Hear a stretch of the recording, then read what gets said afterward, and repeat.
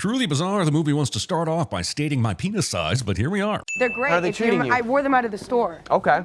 So I left my old ones here. A person enters another person's place of business pretending to be a customer only to use that as an excuse to slip away to another part of the store and cliche. Just get low.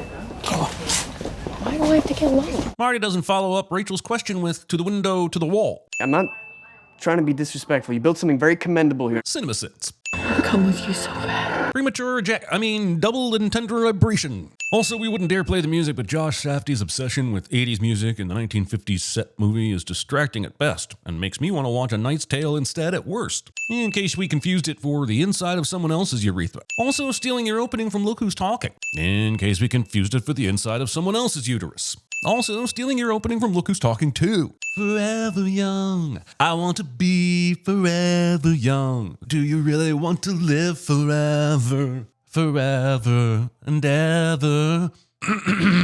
Kids. Also, not stealing your opening from Look Who's Talking Now. Backhand, backhand, backhand. Backsitement? Forehand, forehand, forehand. Foresightement? Wally, take the white shirt off. I can't follow the white ball. The white shirt. Says the guy who is also wearing a white shirt. Try to follow the white ball against the white. Almost impossible, right? It is not. It's a Marty Supremo, not the Marty normal ball. Dion, the urologist, wants me to care about the bespoke nature of Marty's ball, and I do not. I'll be the first American to ever win the British Open. Premature ping pong abrasion. The editor of Look magazine, he loves me. They all love me. Vanity supreme. If I wanted to rob you, you'd be dead. The only robbery I'm concerned with is the heist to steal this framed picture of a horse, and the movie will ignore that in favor of a story about a ping pong playing shoe salesman. Didn't know you needed a suit to play ping pong. Lloyd is the hero this movie deserved, but not the one it needs right now, so we'll hunt him cliche. You shoot me in the leg, you'll be spending the next few years in jail. Pretty sure just the armed robbery alone would get Marty a few years in jail. I'm actually pointing a gun at you right now. Kids. Thinking I'd be too distracted by Peter Gabriel's I Have the Touch to notice you tried to slip a jet engine noise over a propeller-driven Douglas DC-6, as if you were taking creative liberties with the use of music and sound to create a sonic environment that communicates progress in a rapidly changing world on purpose or something. I think that guy just broke the first rule of Table Tennis Club. What about the travel man? They must have lifted it. Movie explains the obvious because the historical context obviously needs explaining. Let me get to my forehand too much. Should try to pin me to my backhand. Table tennis tips sounding exactly like masturbation tips. I am finding this whole exchange really offensive. Reactions to Timothy Chalamet's future comments about the state of ballet and opera somehow made their way into the script. You're making your star player huddle in a rat's ass. That poor rat. I'm gonna do to Kletsky what Auschwitz couldn't, okay? I'm gonna finish the job. I'm Jewish, I could say that. It really feels like they made a prequel to American Psycho and didn't even realize it. My mother died in childbirth. This is 100% a lie, and even in 1952, they had the ability to dig up whether someone's mother was alive or dead. I just ordered one of everything off the room service menu. There's no way I'll be able to eat it all alone. As is the case when your eyes are bigger than your boner. Cock-a-hoop. How old are you? I'm 23. I stopped acting before you were born. This movie takes place in 1952, and Marty is 23, which makes his birth date 1928 or 1929. When they were downstairs earlier, the reporters said that Kay was a big movie star in the 1930s. It means not only was Marty alive when she was making movies, but Kay also might be terrible at math. I bet you can't name one film I've done. Shallow Hal. Director said, have him throw an apple and f*** up these people's fruit bowl so you know he's daredevil villain levels of asshole. They just start kicking the ball and shit, and the officials just don't care. I figure they know these two are just putting on a show because the match is basically over, but would they not still be penalized under some kind of no tomfoolery rule? This menu for the Ritz in London correctly lists the cover charge as 50 pence up here in the corner. But the rest of the menu uses decimals that are way too high. Plus, Decimal Day didn't happen until 1971, so the prices should have been listed in pounds, shillings, or pence. God forbid, maybe even farthings. Why are you so fixed on the Harlem Globetrotters? People who have never seen the Harlem Globetrotters. I let all my bunkmates to lick the honey off of me for nourishment. This story is based on a real account and a real person. So, with all due respect, I say, going right at the nipple here was a choice. It's a shame the tagline of this movie wasn't, if you just work on your skills to be the most unbearable asshole imaginable, grow a thin, crusty mustache, and learn to play table tennis, you too can have sex with Gwyneth Paltrow. Marv Albert would have loved that. I did some research on how large most crowds were at table tennis championships in the 1950s because it seemed kind of insane that there were as many people as are shown in the movie. However, it appears this was when table tennis was at its peak, with upwards of 10,000 people attending these championships. So kudos to the movie for getting that accurate, but they still forced me to do research, so sin you I shall. As interesting as it was to see Marty get down 5-0 without getting a decent return in the sequence, it would have also been interesting to see how Marty was able to get the 9 points we see he currently has, but the movie said "F you," and here we are. This movie does a pretty fantastic job of giving dramatic weight to table tennis, which probably means I should remove a sin. However, and notwithstanding that achievement, I'm going to add 5 instead because table tennis. I play real table tennis! Real table tennis! Kids. 第19回全英卓球選手権にて日本が初優勝 Black and white newsreel's position about an event that we spent the last several minutes watching. So listen, Marty, I want to personally thank you for introducing me to table tennis. Nothing can make me believe that anyone spoke these words ever. Drama is very important to me. I can't undercut the drama. Directors. I don't care about table tennis. This is theater. Timothy Chalamet. I'm funny to you. You know what's funny to me? That you want to entertain the Japanese so badly and they murdered your son. That's funny to me. I would give all the sins back if Milton threw Marty in a shark tank after he said that. Even the movie feels desperate to make ping pong interesting. We don't get a scene where we find out Marty chipping off part of the pyramid actually unleashed an ancient curse. Tokyo? Tokyo, Japan. Are you asking me if Tokyo's in Japan? Marty would be supreme at Mom Needs a Geography class sins. If it gets crazy, just holler. Sal will be in the other room, not outside. He should have no issue hearing if it gets crazy, so why the request for a holler? I could sell shoes to an amputee. So what? Wanting me to be surprised that someone who lost an arm might still want to wear shoes. How much is my uncle paying for you to scare me? Because whatever it is, I'll double it for you to suck my dick. Marty's biggest flaw is that he's always trying to solve things with money he can't spare. Garden Cafe, huh? What do you got? The pastrami, what else? Movie has time for this. That's your new pet. I want the armadillo. Taking home a wild, nocturnal armadillo that has never been domesticated means playing servant to an animal that needs a steady diet of live insects while it constantly tries to renovate your home through instinctual digging. So yeah, the sin is kids. Aren't you gonna say something to me? Well, congratulations. Assuming a woman is pregnant without having actual knowledge of said pregnancy. Excuse That's me? not mine. Marty's dick survives this. It is absolutely. No, it's not. I pull out. Yes. Movie wants me to believe that no woman ever told him, Okay, I can see what you're trying to do. It's not gonna work. and I do not believe you, movie. I'll rip that unibrow right off his f***ing forehead! And then maybe Ira will show Marty and Rachel his time machine afterwards, because he would have had to travel to the 1980s to learn the term unibrow. Arnie should really watch out for this guy walking up behind him. He looks like he could be the king of New York, or maybe a bad lieutenant, or even a body snatcher. Every time I take a piss, I pull back, I hold my urine in, and I count to 10 Mississippi. That's how you build up the muscle. God, that's how you get a fucking bladder infection. The risk of infection comes from holding your pee for long periods. Stopping midstream will probably break your in a different way, but I wouldn't waste perfectly good antibiotics on this. What's the Ritz? Why?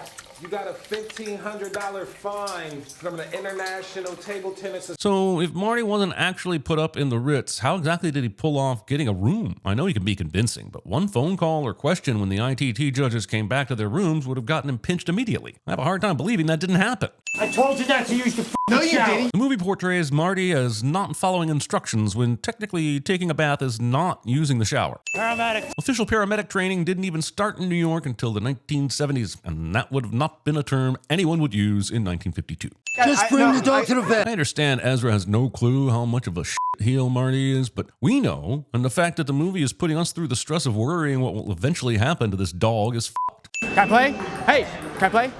$1 a game. The Color of Marty. You gotta let the ball hit the other side. You can't catch it with your paddle. It's my point. Marty has some really strange ways of trying to make people believe he doesn't know about table tennis. The movie doesn't hustle correctly. The fact that the dog doesn't get away from these morons when he can actually makes me think less and care less about the dog. I don't feel great about it, but here we are. Watch out, the pole! It's as if God placed that pole there and removed Wally's ability to see it simply because he hates table tennis and those who play it.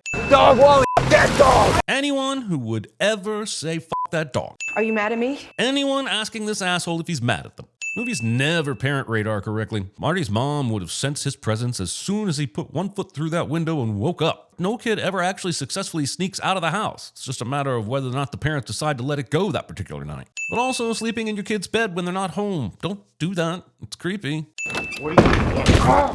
Ira survives this. This is my sister Rachel, by the way. Rachel's my buddy, my business partner, Dion. How does Dion not know he doesn't have a sister or know who Rachel is for that matter? Some of these characters are just ignorant of information just so the plot can plot along. We left us with all this inventory for 8 months. But to be fair to Marty, he was traveling the world attempting to build up his brand in the world of professional table tennis, which would theoretically help sell the ping pong balls. So I feel like it's more on Dion and his father for not taking advantage of some free press. Marty walks in the theater and past all these people with no one asking questions about who he is or why he's there because plot. He stays up for 3 days in a row because his character is supposed to be tired. It's obnoxious. Kay is a dick to method acting. Honestly, not even sure if that's a sin, but I'm me, so hiring Fred Hetchinger and only using him for this small role. That's Dmitry Kravinoff, asshole. In my experience, only children hold a knife like this. I'm now much more curious about how Marty is so familiar with how children hold knives. Well, I live with the confidence if I believe in myself, the money will follow. Millennials.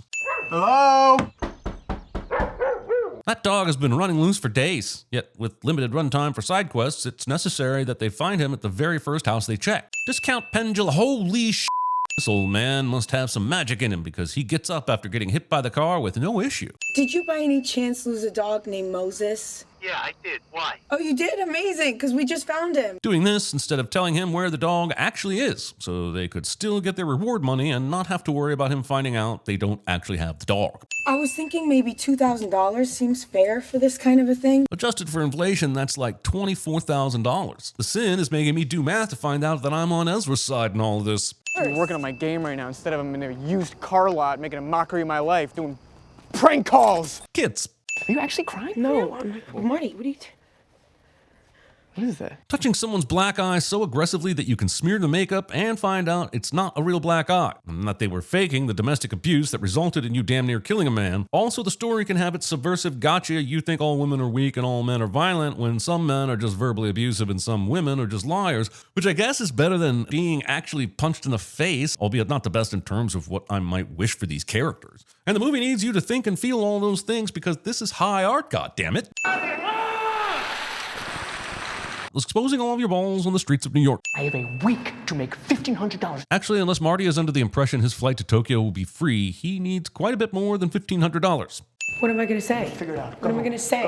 Asking Marty for relationship advice, or honestly any advice. The movie goes for a half-ass Rocky-style training scene, but the problem is that it's no Rocky. It's not even Rocky 4. Marty, you ain't getting a nickel unless I see my dog. And I'm annoyed this movie is getting any money out of me, setting up this bullshit near the end of the film just so Rachel can get herself into danger and Marty has yet another obstacle keeping him from Tokyo. All these strangers were willing to help Rachel get her money back, but no one feels the need to help this poor asshole that just got stabbed. When you see this lady act, you're gonna feel like you got your cock sucked by a vacuum cleaner. This guy trying to sell me on the idea that feeling shame is somehow a good thing. Look, she's blushing, see her? Not seen in this scene, view from the top's Gwyneth Paltrow blushing. That should cover your trip and then some. After watching Marty fuck up one opportunity after another for the entirety of this film, movie expects me to believe it will subvert that pattern of self-sabotage, but I do not believe you, movie. Power of boners makes them risk rolling in dog shit. Hey, what are you doing?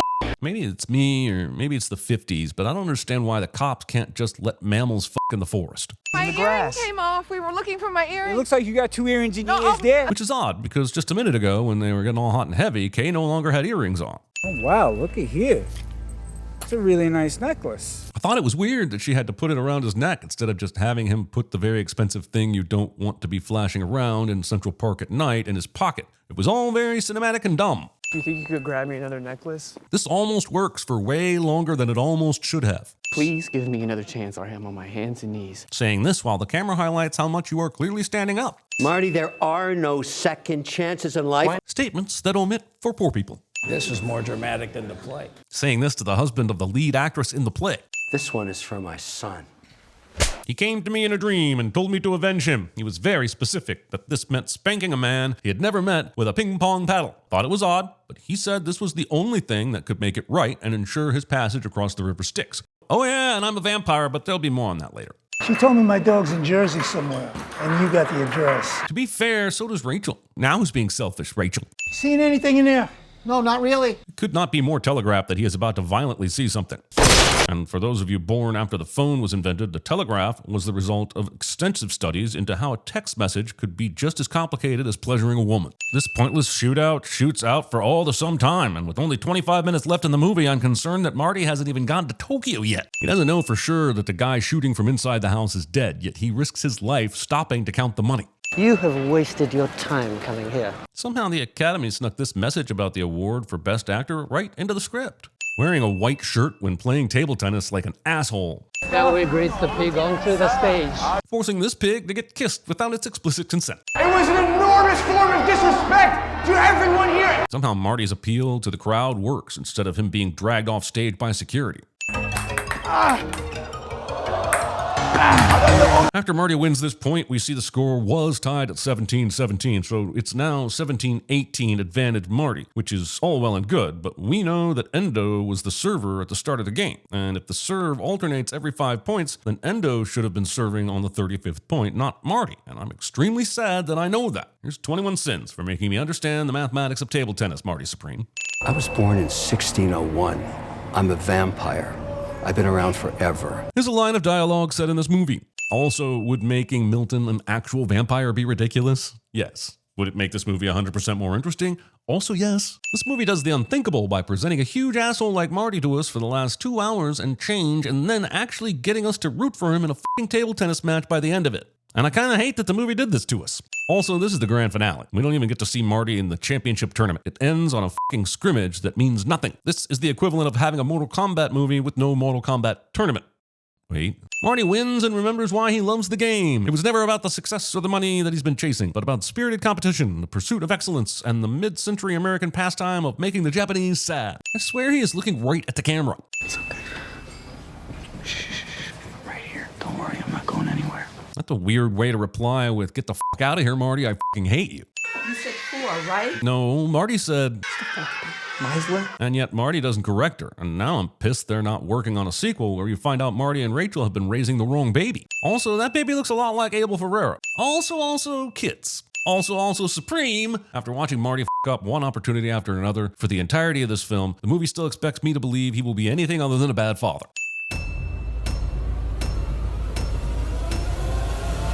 What for? Because I don't like you.